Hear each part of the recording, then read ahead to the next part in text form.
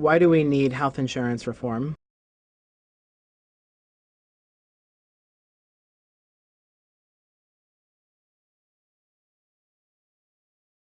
We need health insurance reform because the fate of our economy is tied directly to what's happening in healthcare today. We have a situation where families and businesses are all seeing their healthcare costs skyrocket, and we simply can't be competitive internationally while we let that continue. So we need to take a step back and look at some of the key things we can do to make healthcare better, like bring insurance premiums under control, like finding better ways to have health information technology create an efficient system.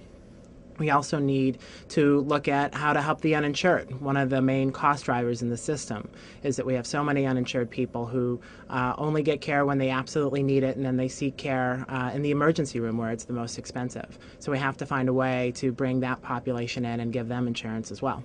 Who will benefit from health insurance reform? Health reform is going to help everyone in our society because so much of our economy is tied into healthcare spending. But let me give you two groups that sometimes come as a surprise that who will be helped by health reform.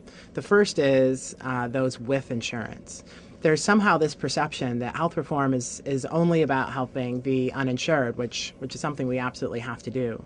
But the reality is we have such an inefficient system. We have a system that involves high administrative costs. We have a system of delivering care that's made more inefficient by the lack of health information technology.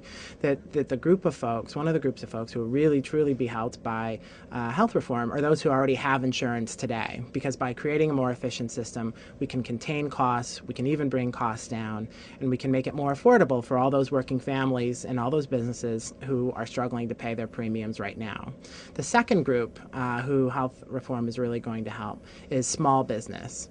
Right now, if you're self-employed and you own your own business, you pay more and you get less from the health insurance industry than just about anybody else. And this is because you're an individual trying to buy insurance. You don't have the purchasing power that a large company might have.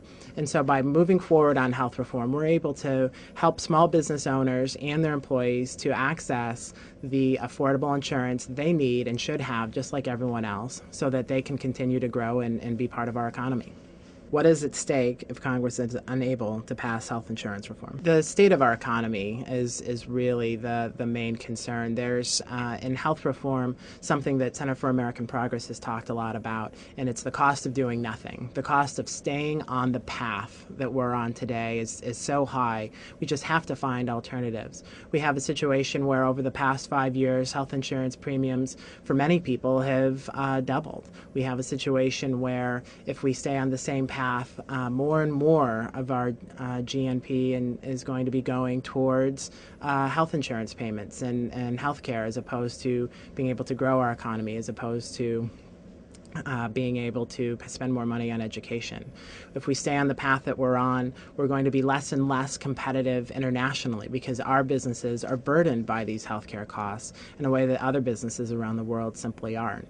So if we want to fix the economy and get into a better situation, and if we want to find a way to deliver care to everyone here in the United States who needs that care, then we have to find a way to have Congress pass health reform.